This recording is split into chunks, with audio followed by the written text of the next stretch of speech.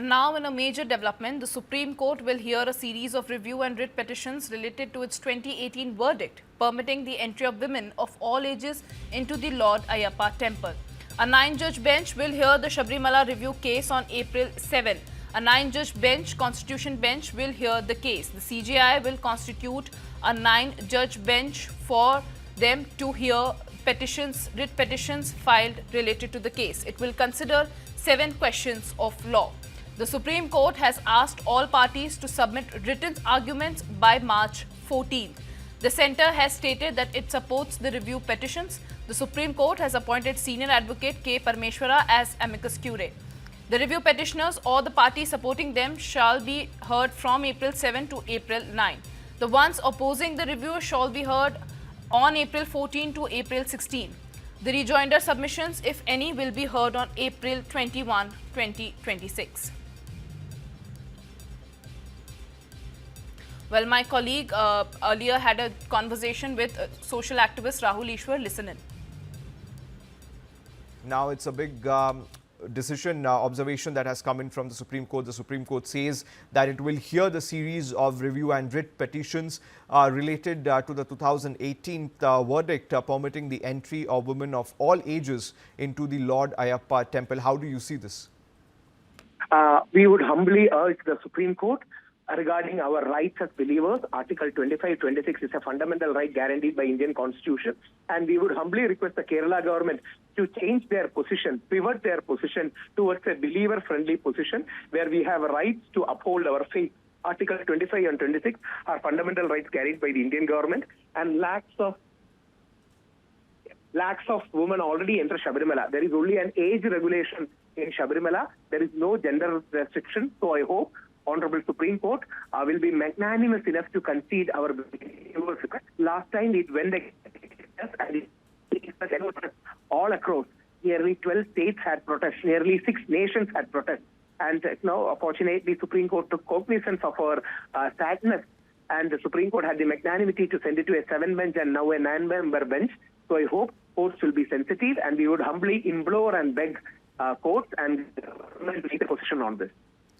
Well, Rahul Easwar, what are the precise legal questions the 9-judge bench is expected to decide on as far as this case is concerned? 2 aspects. One, whether how much government and courts can intervene in a religious affair or a spiritual affair. That's one thing courts will definitely be dealing with.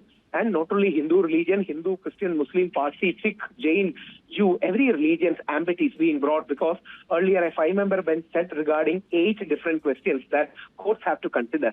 What we are humbly urging is there are many questions and many layers of belief in it. Let us not intervene inside any faith for that matter. Rather, if there is something to evolve, let the reform come from within. And in Sabarimala, please understand, for centuries there was no casteism, no untouchability, and all these things here. So it's a great thing that Sabarimala has been above communalism and casteism for past many centuries. Sabarimala only have a young woman regulation regarding their age. Lakhs of women are already in Sabarimala. So it will rather be a larger question which involves Sabarimala, where and the reach of judicial reach and honorable courts ambit and government's reach, how much they can intervene in any religion for that matter. So this will be a landmark case in the history of India. Up to what extent you can intervene inside a religious practice or a religious faith, and this will be a clash between Article 14 and Article 25. Both are fundamental rights, so we respect them both, but we are simply request strike a balance between both Article 14 and Article 25. Article 14 is equality and Article 25 is the right to faith. Well, Rahul Easwar, you're mentioning about the different articles, but do the preferred issues go beyond Sabarimala and touch on broader constitutional principles like the Article 25, which is freedom of religion, and Article 26, right of denomination, and Article 14, which is equality? It's a constitutional clash between 2 fundamental rights guaranteed by the Honorable Constitution. On one side, there is Article 14, which can be invoked, even though we humbly disagree with it. But no, our opposing side says Article 14 has to be invoked. We are saying Article 25 has to be protected. So it is Article 14 versus Article 25, if I have to be very impartial about it. As you know, I am one of the litigants in this case on the believer side. So I believe our side is better, but I understand the feminist argument, which I respect. I don't agree, but I respect their argument. They are saying Article 14 is there. So it is also a constitutional challenge to see which is more powerful. Is it Article 14? Is it Article 25? And we are saying Article 25 is a limited, very strong right to faith based of argument, which should not be intervened and meddled with, because India is a land of great diversity, faith, religion, spirituality, and nobody should be intervening inside it. And Article 25 should be held sacrosanct.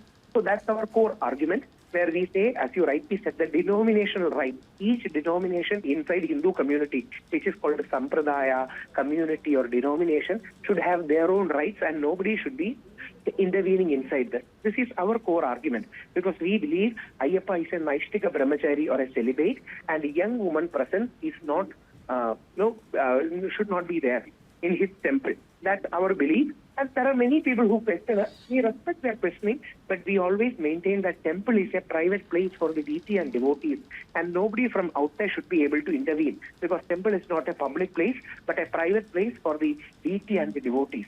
So no outside interference should be there. It's our core argument.